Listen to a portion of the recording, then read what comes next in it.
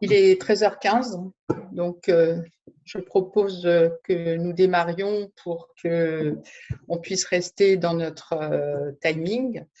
Donc, bonjour à toutes et à tous. Merci beaucoup de vous joindre à nous pour ce mois de l'intelligence artificielle égalitaire entre les femmes et les hommes. Je suis Muriel Garnier, au sein du laboratoire de l'égalité en charge du programme Intelligence artificielle et les femmes.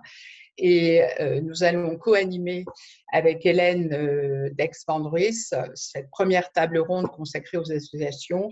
Hélène qui copilote avec moi le groupe de travail sur l'intelligence artificielle. Avant de démarrer, je vous demande s'il vous plaît de désactiver vos micros afin d'éviter les bruits de fond.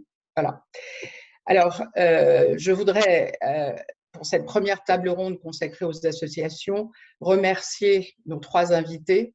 Donc, Christina Lingui, présidente et fondatrice d'Arborus, Gaëlle Mangeon de l'association Femmes et Ingénieurs, administratrice et co-responsable de la commission numérique, et Marine Rabérin de l'association Cercle Interrel, responsable du groupe Femmes et Intelligence artificielle. Alors, ce mois de l'intelligence artificielle égalitaire entre les femmes et les hommes s'inscrit dans les 10 ans, dans l'anniversaire des 10 ans du laboratoire de l'égalité. Le laboratoire de l'égalité, alors je vais faire très rapide, depuis sa création en 2010, a 3 missions. Une première mission qui est de rassembler les acteurs et les actrices de l'égalité professionnelle, et c'est ce qui nous fait aujourd'hui un réseau de plus de 1500 membres, c'est l'une de nos forces.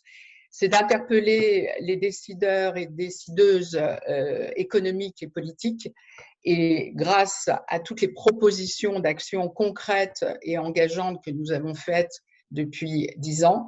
Et troisième mission, sensibiliser l'opinion publique grâce à de nombreuses actions réalisées durant ces dernières années. Alors, 10 ans d'existence, c'est aussi 10 ans de réalisation continue, 17 livres publiés dans la collection Égal à Égal, destinée au grand public, collection unique dans son genre car elle traite exclusivement l'égalité femmes-hommes et dans tous les différents domaines, la santé, le sport, la politique, le cinéma, le dernier en date étant l'intelligence artificielle. Il y a eu également plus d'une dizaine de pactes, de guides de l'égalité, de chartes dans les différents domaines qui vont depuis des livrets pour des propositions dans le cadre de la réforme des retraites. Les derniers en date, le guide de l'égalité PME-TPE, un pacte pour lutter contre la précarité des femmes. Donc tout cet ensemble de travaux fait que depuis 10 ans, nous avons pu avancer sur ces sujets, faire un certain nombre de progrès, alors certainement lentement, mais sûrement. Et étant donné les circonstances, parce que je pense, comme vous le savez, vous avez dû voir que la crise sanitaire de l'année dernière a un impact non négligeable sur ces égalités, et même nous sommes peut-être en train de régresser, eh bien nous allons continuer à nous battre, à travailler sur ces différents travaux. Et de ce fait, pour ces 10 ans, cette année, nous avons organisé ce mois de l'IA égalitaire, mais également un colloque sur les aidantes non professionnelles qui se déroulera donc le 10 juin. Ce sujet concerne plus de 6 millions de femmes. Également le 8 juillet, des premiers ateliers sur l'insertion professionnelle des jeunes qui pour nous permettra de publier cette année un pacte pour l'insertion professionnelle des jeunes. Alors pourquoi ce mois de l'IA égalitaire entre les femmes et les hommes? Nous avons publié à la collection Égal à Égal en 2019 le livre L'intelligence artificielle pas sans elle avec Aude Bernheim et Florin Vincent. Et en fait, nous avons, au travers de leurs travaux de recherche, démontré qu'il existait des biais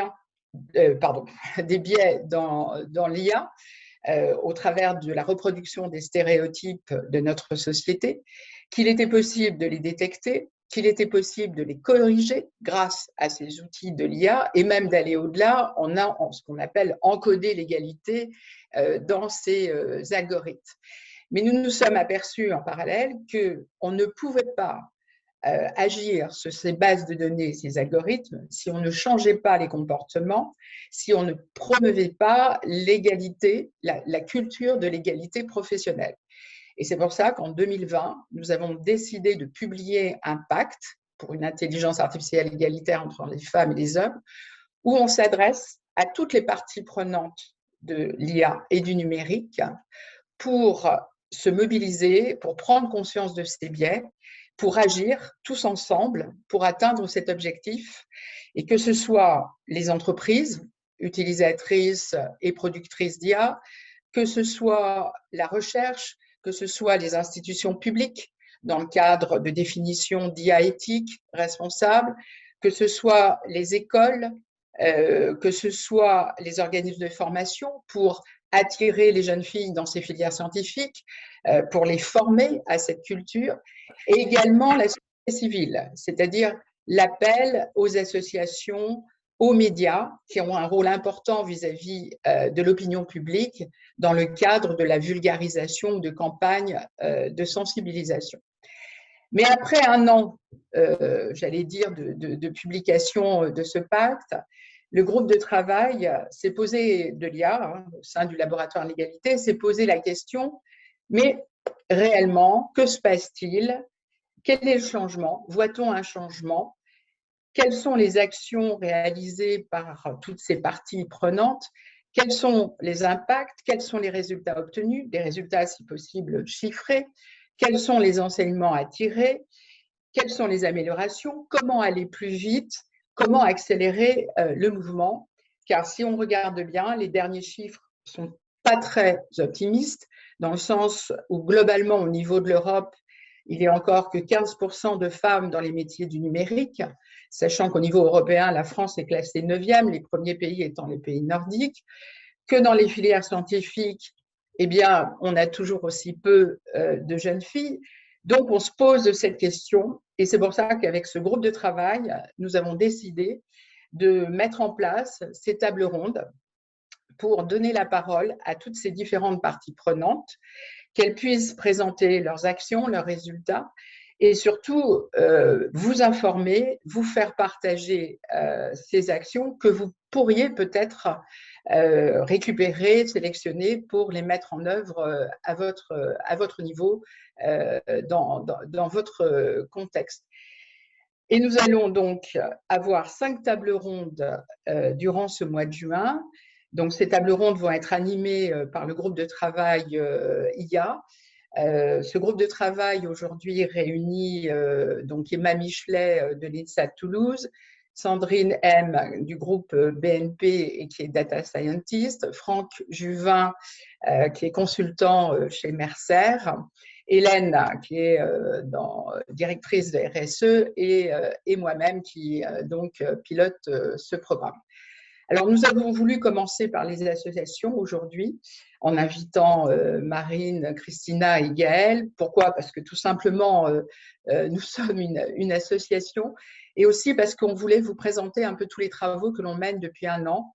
On s'est rapprochés, et pour avoir plus d'impact, plus de visibilité, on s'est dit qu'il fallait travailler ensemble, et c'est ce que nous faisons maintenant depuis un an.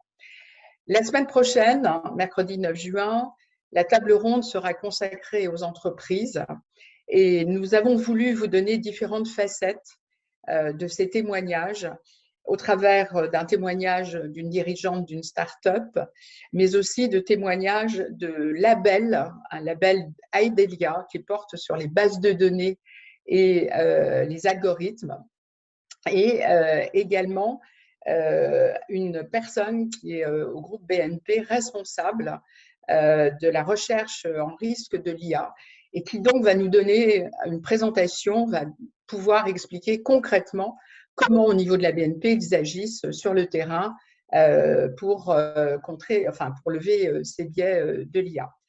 Le 15 juin, nous donnerons la parole aux organismes de formation qui, là aussi, développent beaucoup d'actions, de programmes pour attirer les jeunes filles, pour former ce qu'on appelle le codage débiaisé.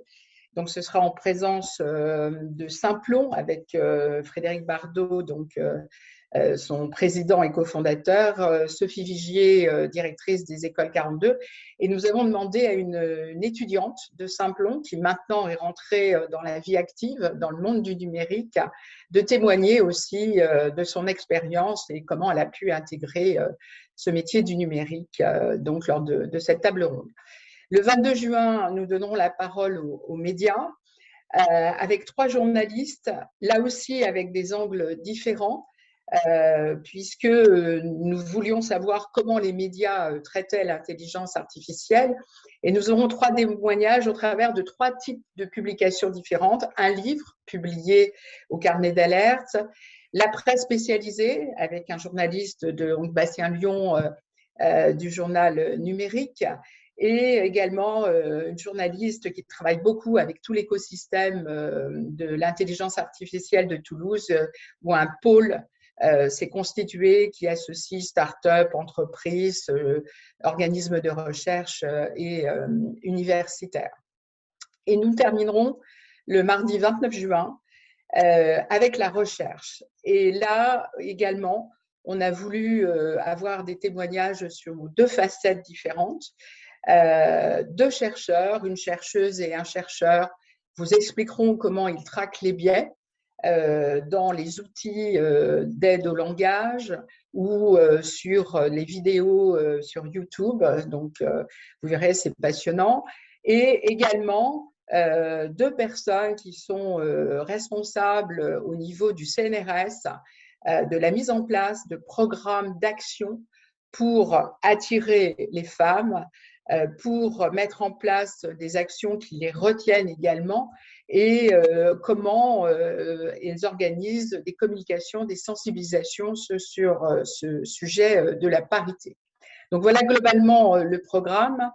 Nous avons voulu vraiment vous montrer ce qui se passait, et ainsi que vous ayez le panorama global de l'ensemble de ces témoignages des différentes parties prenantes.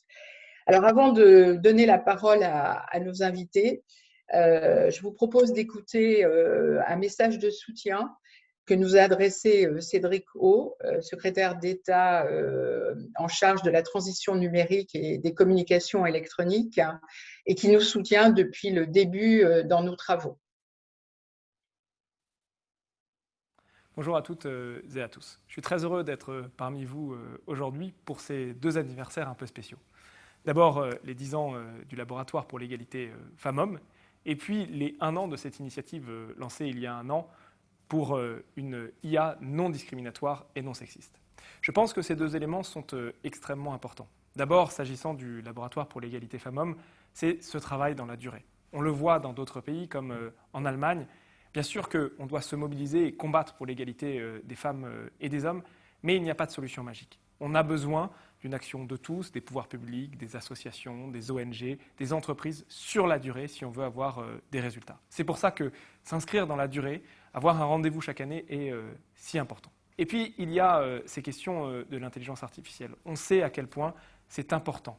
On sait à quel point l'intelligence artificielle va formater notre monde économiquement, la société, les décisions qui sont prises dans un monde qui est de plus en plus numérique. Et si ce monde numérique est codé par des hommes, eh bien, il ressemblera à des hommes. C'est pour cela qu'on doit tout faire pour faire en sorte d'abord qu'il y ait plus de femmes qui codent dans les écoles du code, dans les femmes qui entreprennent dans le domaine du numérique, mais également pour former les développeurs et les développeuses à ces questions des biais de genre dont ils peuvent parfois ne pas avoir conscience. On doit faire en sorte que cette intelligence artificielle, dont on a besoin mais qu'on doit réguler, elle embarque nativement les valeurs qui sont les nôtres, et notamment l'égalité femmes-hommes. Je veux par ailleurs rappeler que les choses progressent. Bien sûr, toujours trop lentement. Bien sûr, cela prend toujours trop longtemps. Mais on a vu dernièrement l'adoption, par exemple, à l'Assemblée nationale, de cette proposition de loi des députés LaREM, qui doit permettre d'assurer une égalité, en tout cas la progression de l'égalité des femmes et des hommes, dans les responsabilités dirigeantes au sein des entreprises. Je pense que c'est absolument indispensable, et c'est un signal très fort qui est envoyé. On voit aussi à travers les chiffres de l'initiative Sista que cela progresse doucement. On est parti de 17% de fondateurs qui étaient des fondatrices de start-up.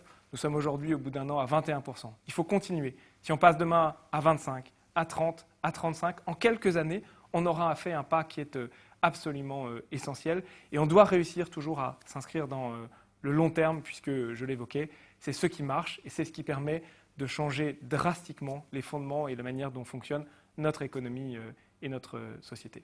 Je veux donc féliciter toutes celles et tous ceux qui se mobilisent au sein du laboratoire pour l'égalité femmes-hommes, au sein de ce pacte pour une IA non sexiste. On doit continuer, je serai encore présent l'année prochaine, mais encore une fois, c'est sur le long terme qu'on bougera les choses.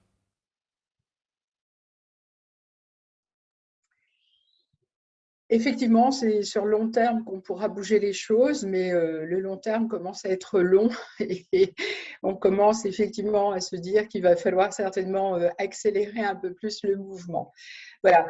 Alors, je voulais juste rappeler que maintenant, nous allons donner, Hélène, je te laisse animer maintenant. Donc, vous laissez la parole, Christina, Marine et Gaëlle, et qu'il y aura une séquence enfin de l'ordre de 10 minutes de questions-réponses que vous pouvez bien évidemment poser tout au long des différentes présentations. Hélène.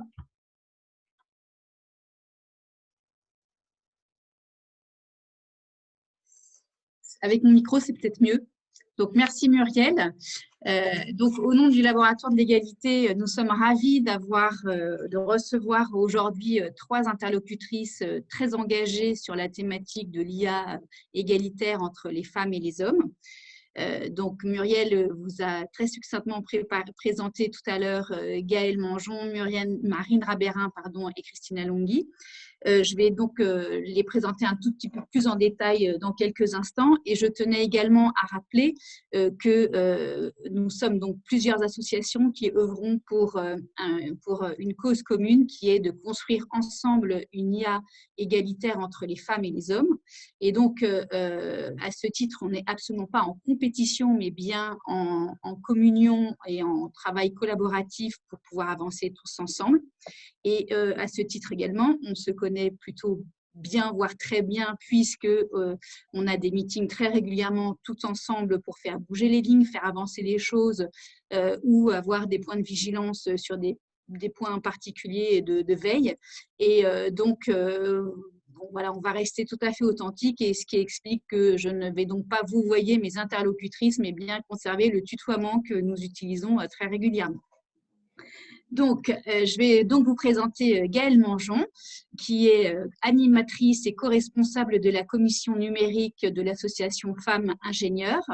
Elle est également consultante engagée pour un numérique plus responsable et donc à ce titre fondatrice de Think Digital Different.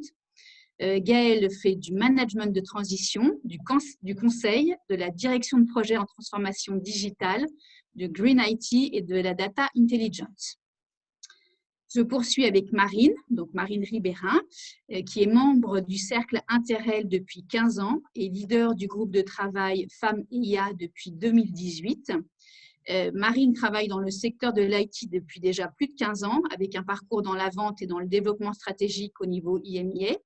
Et à ce titre, elle a reçu l'année dernière le trophée de la femme industrie dans la catégorie commerciale organisée par l'usine Nouvelle. Elle a co-créé et lead le réseau Diversité chez Lenovo. Elle a toujours allié ses responsabilités professionnelles avec l'articulation des valeurs de diversité et d'inclusion dans son secteur. Bref, comme toutes nos invitées, Marine est une femme engagée. J'accueille maintenant notre dernière invitée tout autant engagée, qui est Christina Longhi. Donc, Christina est présidente et fondatrice d'Arborus. C'est également une experte internationale en gender et elle est également docteure en droit européen. Elle s'illustre en particulier par la création du label GEIS et ses dérivés, donc GEIS Diversité, GEIS IA, GEIS SDG, qu'elle ne manquera pas de nous développer un petit peu plus approfondi tout à l'heure. Et elle est également l'auteure de plusieurs ouvrages sur le sujet de l'égalité. Le dernier étant Plaidoyer pour l'égalité, année zéro, qui a été publié chez L'Harmattan. Donc, merci à toutes les 3 d'avoir accepté de participer et d'ouvrir le mois de l'IA du laboratoire de l'égalité pour célébrer nos 10 ans. Alors, on a bien compris que toutes vos associations étaient très engagées pour défendre une IA plus égalitaire.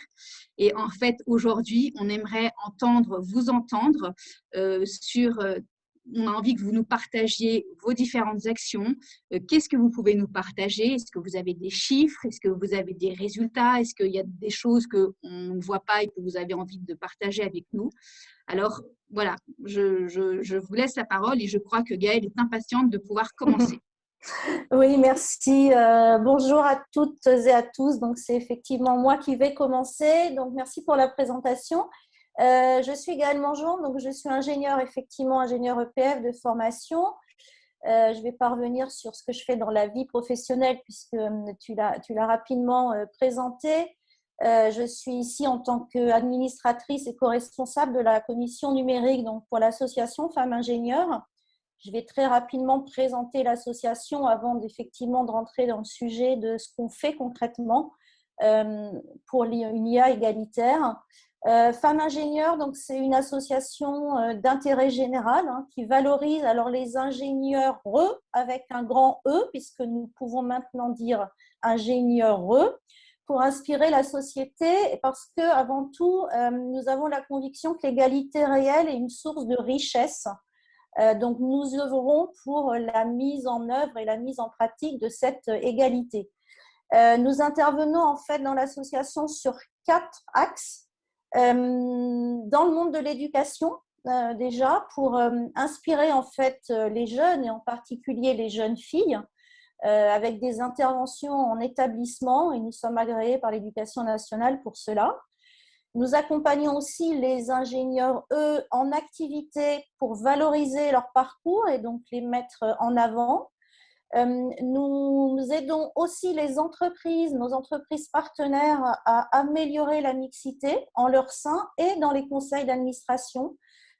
Pour rebondir sur l'introduction de Cédric O, nous avons une activité de think tank où nous sommes force de proposition aussi auprès des pouvoirs publics pour plus de mixité dans le monde du travail et donc nous faisons partie d'un certain nombre d'autres collectifs, d'associations pour travailler, pour faire des propositions et en particulier nous avons œuvré sur des propositions qui conduisent à plus de mixité tout d'abord dans les COMEX et maintenant dans les conseils d'administration, et maintenant dans les niveaux en dessous du management pour qu'il y ait plus de femmes.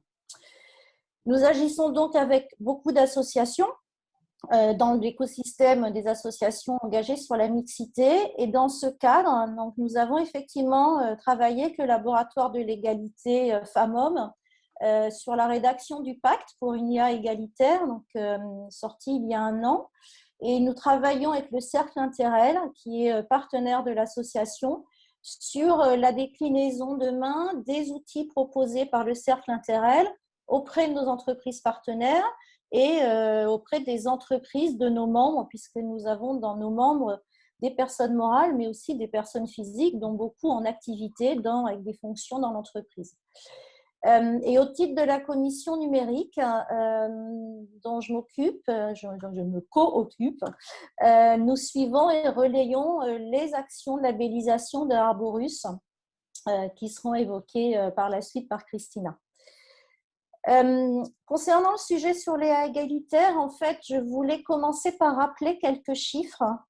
On parle beaucoup d'IA dans notre monde actuel qui regroupe plein de notions différentes. Avant tout, l'IA, ce n'est pas un métier, mais c'est avant tout un ensemble de méthodes et de technologies qui sont utilisées de plus en plus dans notre vie courante, comme l'a rappelé Cédric O dans sa vidéo. Nos communications, la mobilité, la santé, l'industrie, le juridique, on est vraiment de plus en plus entouré de ce qu'on appelle l'IA, qui s'appuie en fait sur des données et des algorithmes qui sont développés encore par des humains et qui font appel à un certain nombre de disciplines, les mathématiques, l'informatique, les sciences cognitives, entre autres. Et celles-ci font partie du cursus de formation des ingénieurs. Si nous voulons, comme encore une fois, je reprends un petit peu ce qu'a dit Cédric O, mais si on veut en fait que l'IA traduise la diversité de notre société, il faut que les équipes techniques représentent cette société pour éviter tout ce qu'on peut avoir en termes de biais, de stéréotypes transcrits dans les algorithmes, sans parler du manque de données de certaines composantes de la société pour alimenter aussi cette IA. Donc, il faut que ça soit représentatif en données et en équipe technique en termes de genre, de couleur, de culture, aussi de représentation de handicap, etc. Donc, chez Femmes Ingénieurs, nous intéressons principalement à la mixité. Et là, pour revenir sur quelques chiffres, dans les formations d'ingénieurs, donc là, je parle de la France, on est passé en fait de 22% de femmes dans les années 2000 à peu près 28% aujourd'hui, donc ce qui est une progression. Mais par contre, si on regarde spécifiquement les filières du numérique, on est actuellement uniquement à 16% de femmes dans les écoles d'ingénieurs. Et puis, si on va un petit peu avant les écoles d'ingénieurs, donc études supérieures, avec la réforme scolaire, à la rentrée 2019, on a en fait moins de 3% des filles de seconde qui ont choisi la spécialité numérique et sciences informatiques en première, contre 15% de garçons. Et puis, si on regarde ensuite dans la vie professionnelle, on a en gros 30% des salariés des métiers du numérique qui sont des femmes. Mais si on regarde dans ces 30%-là, celles qui ont des métiers plus proches de la technique, on est à 16%. Donc, en fait, on a très peu de femmes dans la partie technique du numérique. Parce que quand on parle, alors, intelligence artificielle, c'est comme numérique, hein, c'est un grand mot qui couvre beaucoup de choses. La partie vraiment technique, il y a vraiment peu de femmes et on a moins de 10% des équipes de développement de l'IA qui sont féminines. Femmes ingénieurs, nous, notre mission, c'est vraiment celle-ci, c'est d'œuvrer pour plus de femmes de façon générale dans les formations et les métiers scientifiques et plus spécifiquement dans la filière numérique qui est porteuse d'avenir et qui est en sous-représentation. Voilà, et pour citer la ministre Elisabeth Moreno, qui a fait une intervention là, cette semaine, elle a clairement dit si on ne met pas notre voix féminine dans cette tech, on va avoir des outils misogynes, sexistes, inégalitaires, et la tech tend les bras aux jeunes femmes et elles doivent s'en saisir. Donc, notre mission, c'est de redorer en fait l'image alors de l'ingénieur au sens large, mais des métiers dans le numérique auprès des jeunes filles pour leur donner envie. Donc, ceci étant dit, concrètement, les actions chez Femmes Ingénieurs, donc, elles sont sur deux grands axes. D'une part, la lutte contre les stéréotypes et les biais sexistes. Et d'autre part, de mettre en avant des rôles modèles du numérique pour inspirer les jeunes filles. Et donc, nous menons un certain nombre d'actions à différents niveaux en ce sens. Donc, je vais l'illustrer par quelques-unes, donc qui ne sont pas pour nous uniquement dédiées à, mais beaucoup plus largement sur le numérique, la partie technique de l'EA étant un sous-ensemble de la partie numérique. Notre cœur d'intervention historique, c'est d'intervenir en collège et en lycée pour illustrer de façon générale ce qu'est le parcours et le métier d'ingénieur. Et donc, à travers ça, également celui du numérique, puisqu'en plus, pour les jeunes, il y a plein de choses numériques actuellement, donc c'est facile de l'illustrer. Donc ça, c'est des actions concrètes que nous menons. On a un relais de 400 intervenantes, un peu plus, dans toute la France, qui intervient donc en collège, en lycée, pour rencontrer les jeunes, avec l'agrément de l'Éducation nationale. Et en temps normal, hors période Covid, nous effectuons à peu près une intervention par jour en établissement sur toute la France. Cette période Covid donc, a un peu chahuté, mais on a quand même réussi à faire une centaine d'interventions en 2020 et donc on a adressé 3500 élèves. Et on est du coup en train de travailler nous aussi sur la digitalisation de nos interventions et d'un certain nombre d'outils pour pouvoir être plus à même d'être réactifs si on a besoin de nouveau de se remettre en mode à distance. Et dans ces intervenants, donc ces bénévoles qu'on a sur tout le territoire français, on en a une quarantaine qui sont identifiés comme des rôles modèles en tant que tels du numérique, dont un certain nombre qui travaillent sur des sujets IA ou de données auxquels on va faire appel. Et ce qui est important aussi à dire, c'est que nous sommes partenaires de certaines écoles et nous sollicitons ces écoles pour intervenir avec nous en établissement, ce qui permet d'avoir un dialogue et un échange avec les jeunes, aussi bien avec des étudiants, donc des jeunes qui sont encore en train de faire leurs études, que des femmes qui sont en activité dans la vie professionnelle. Donc ça, c'est le premier axe d'action qui est plus large que le numérique, mais au travers lequel on utilise beaucoup le numérique. On intervient également sur des conférences, donc sur le sujet de la mixité dans les métiers de la tech, la mixité dans le numérique, donc pour mettre en avant des femmes qui ont fait un parcours scientifique, technique et qui travaillent dans le numérique. Et là, on va plus toucher des professionnels, donc typiquement des conférences organisées par le G9+, qui va rassembler des alumni de grandes écoles, ou à destination d'élèves ou d'étudiants, parce qu'on va participer à des salons. Alors cette année, tout a été virtuel, mais comme Studirama ou le Salon de l'éducation, Salon de l'étudiant, en particulier avec la Fondation Femmes Numérique, qui met en avant les femmes spécifiquement dans le numérique et dont nous sommes partie prenante. Donc ça, c'est un autre type d'intervention que nous menons pour donner envie aux jeunes filles d'y aller. Et puis, parmi les opérations que nous menons, on est aussi partenaire depuis maintenant plus de 5 ans d'une manifestation importante dans les Hauts-de-France qui s'appelle Numériquel et qui s'agit en fait d'une journée de rencontres et d'échanges, donc pour les collégiennes et pour les lycéennes, qui se déroule maintenant dans 6, alors je ne sais plus si c'est 7 ou 6, mais 6-7 villes, je crois, dans les Hauts-de-France, qui est organisée avec les établissements. Cette journée dédiée au numérique et aux femmes fait partie du cursus des élèves de leur année scolaire et préparée avec les élèves, avec le corps enseignant. Les corps enseignants les accompagnent et c'est débriefé, travaillé ensuite.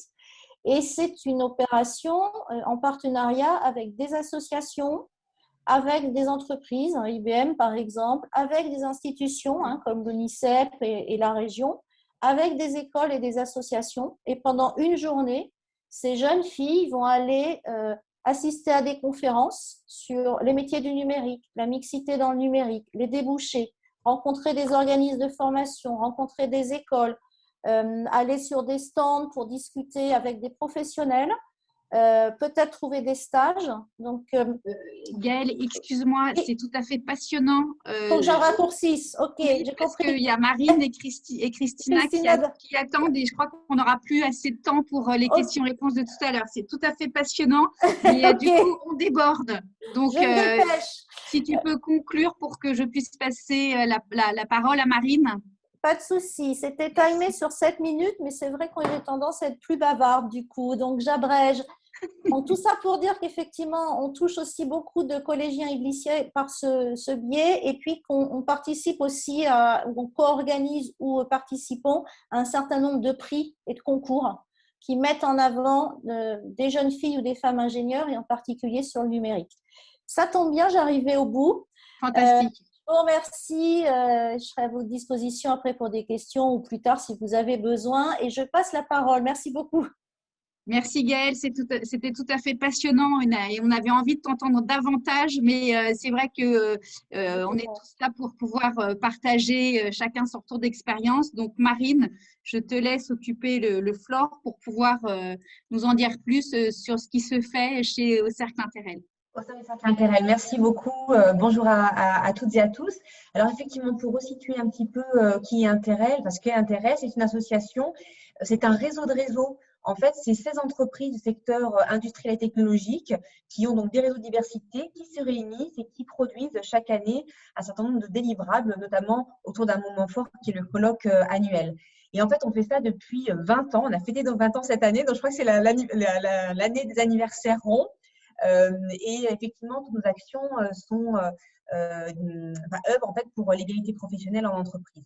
Et alors, il y a 3 ans, en 2018, nous avons lancé un groupe dédié au sujet de l'intelligence artificielle. Pour plusieurs raisons. D'abord parce que, évidemment, on est très attaché aux questions de diversité et donc on n'a pas envie que des nouvelles technologies viennent nous rendre la tâche plus difficile.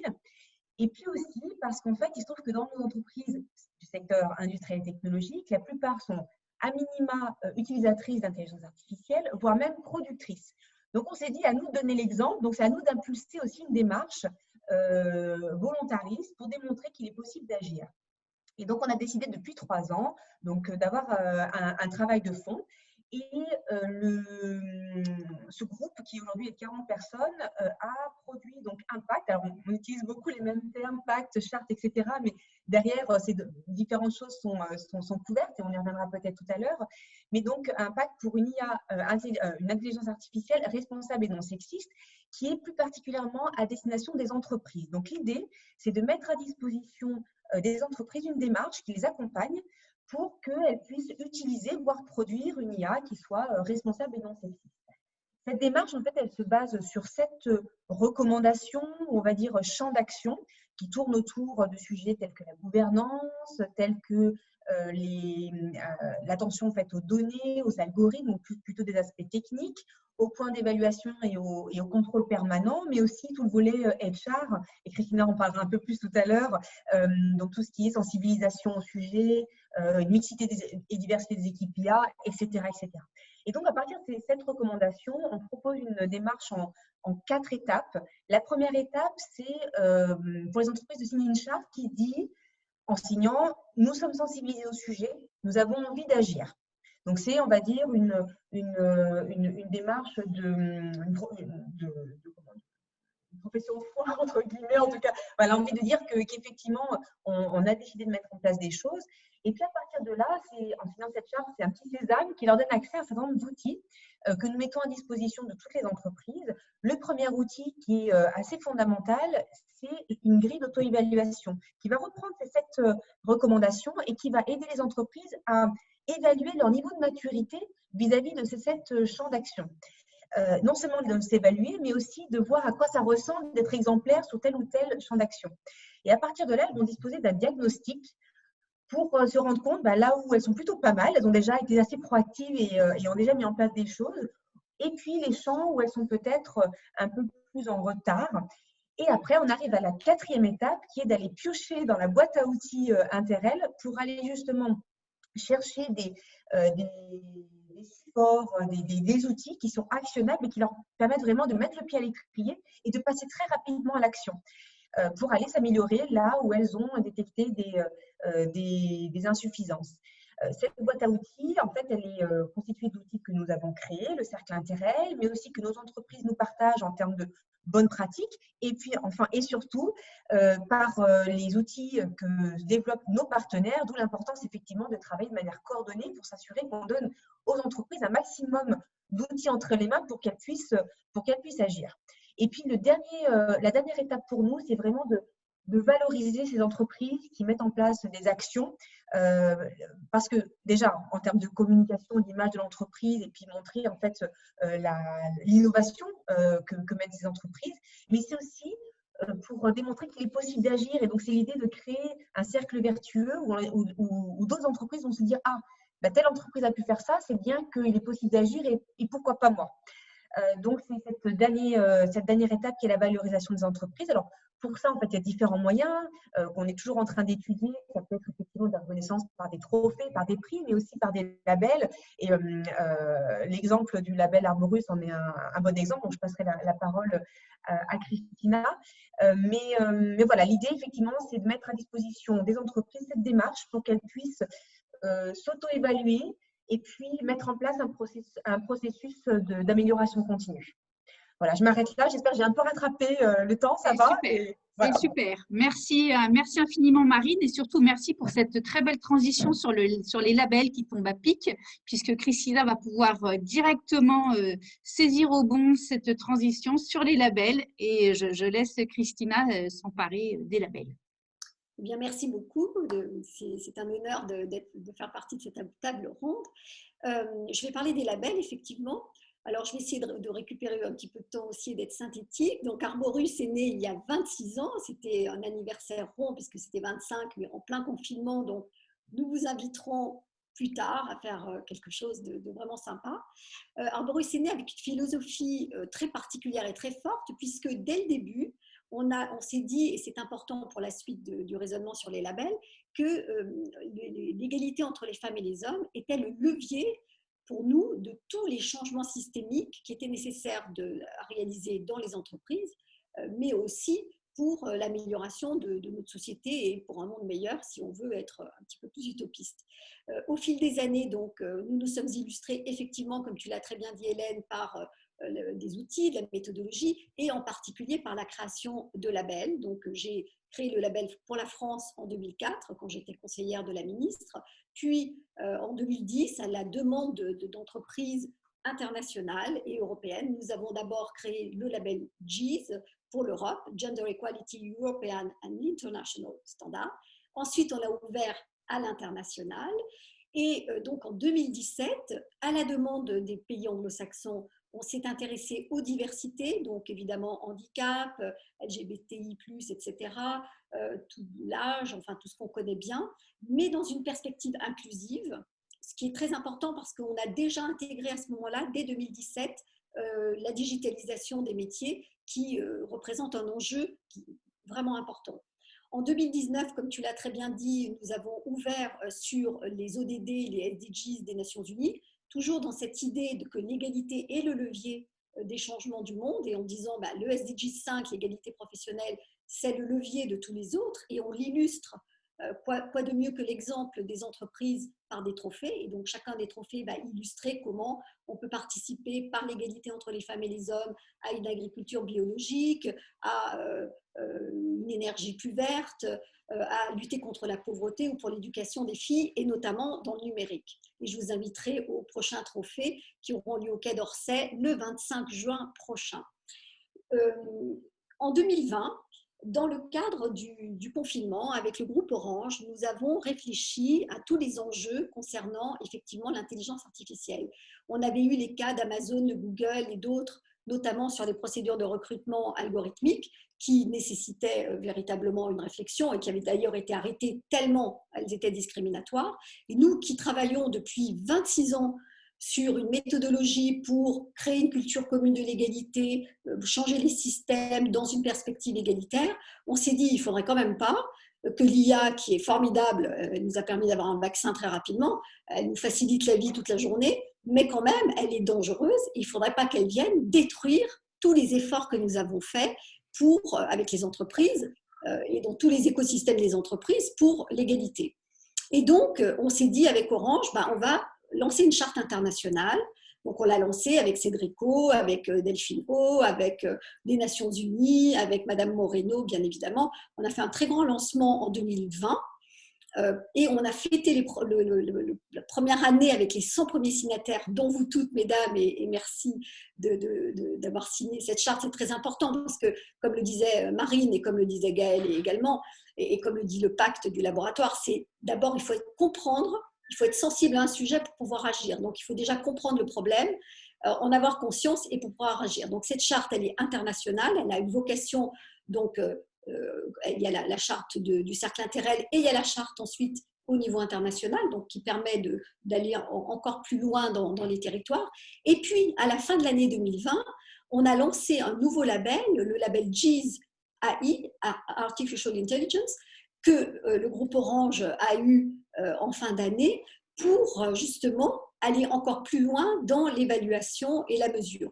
Donc notre label, pour reprendre les propos de Marine, il va évidemment dans la valorisation de ce que font les entreprises, mais surtout, et c'est notre philosophie depuis le départ, et c'est pour ça que ça marche si bien et qu'on a de tellement bons résultats au niveau international, nous structurons une politique, donc on va aider l'entreprise à structurer, à pouvoir évidemment s'évaluer et à être évalué par un tiers extérieur qui n'est pas les moindres, puisque c'est le leader de la certification mondiale Bureau Veritas.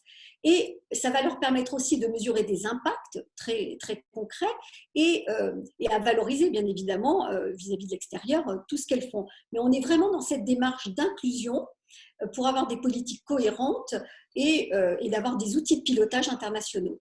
Donc voilà un petit peu tout le travail qu'on a fait et au point où nous en sommes. Voilà, merci beaucoup.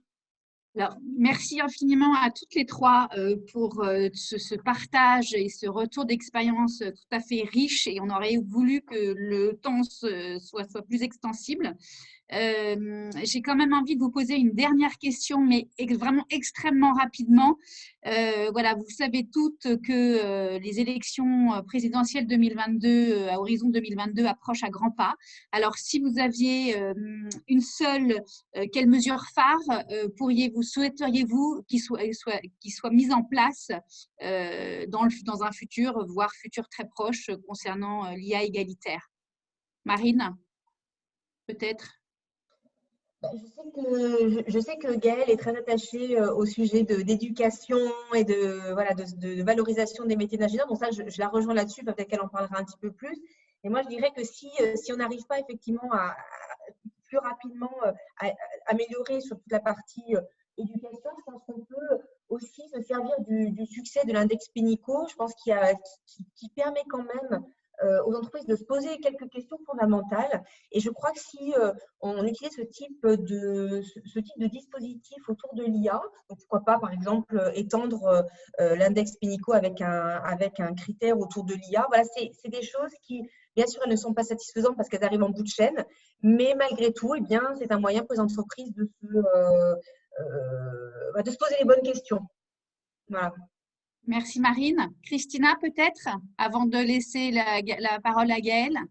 Oui, avec plaisir. Alors évidemment, et je pense que Gaëlle va en parler et on la soutient à fond, l'éducation, c'est évidemment la première entrée, puisque les entreprises, on parlait tout à l'heure de mixité, ne prennent que ce qu'elles ont, ce que le marché leur donne. Donc, mais moi, je pense qu'il y a un deuxième aspect qui est, bien sûr, l'index Pénicaud, c'est important, mais avant même de pouvoir se faire indexer, ce serait et ça c'est notre charte qui le promeut énormément, c'est de sensibiliser en interne aussi bien les prescripteurs, toute la chaîne de valeur. Il faut que toute personne qui est impliquée de près ou de loin dans la génération de l'IA ou l'utilisation de l'IA ou la prescription de l'IA puisse être informée de tous les biais possibles et imaginables qui peuvent y avoir. Parce qu'autrement, on va vers une société qui est vraiment déjà pas terrible, mais qui sera vraiment encore pire. Donc, on a vraiment intérêt et il y a urgence à agir. Voilà. Merci Christina. Et Gaëlle, peut-être… je vais faire la conclusion rapidement, je te promets. Le demi-mot de la fin avant de rendre la parole à Muriel. Ouais, donc, je dirais que nous, ce qui nous semble important, c'est vraiment de faire en fait d'un enjeu national de l'information sur les métiers scientifiques et techniques pour montrer que ces métiers conviennent aussi bien aux filles qu'aux garçons. Et ça veut dire qu'on arrive à passer des messages au niveau national, aussi bien aux élèves, aux professionnels de l'orientation, au personnel de l'enseignement et aux parents, parce que ça commence dès le plus jeune âge et c'est surtout le long de la vie des jeunes qu'on doit leur enlever de la tête que non, la science, les techniques et le numérique, c'est pour les garçons, c'est pas pour les filles. Voilà, donc ça veut dire des campagnes médiatiques où les femmes ont la parole, on leur donne la parole, on met en avant des femmes scientifiques dans les séries, on ne caricature pas les femmes informaticiennes dans les séries comme étant des gens qui sont un petit peu hors normes, avec un style particulier, genre gothique, j'ai rien contre les gothiques, mais voilà, ce sont des gens comme tout le monde. Donc, il y a un vrai travail d'image et de représentativité aussi dans tout ce qui est grand public pour casser cette idée-là et pouvoir avoir plus de films dans nos secteurs du numérique. Super. Voilà. Merci beaucoup Gaëlle. Merci à vous trois. C'était absolument passionnant. Muriel, je te laisse. Merci. Franchement, on a eu un panorama très complet entre Gaëlle, toutes les actions de formation que vous faites et c'est très concret.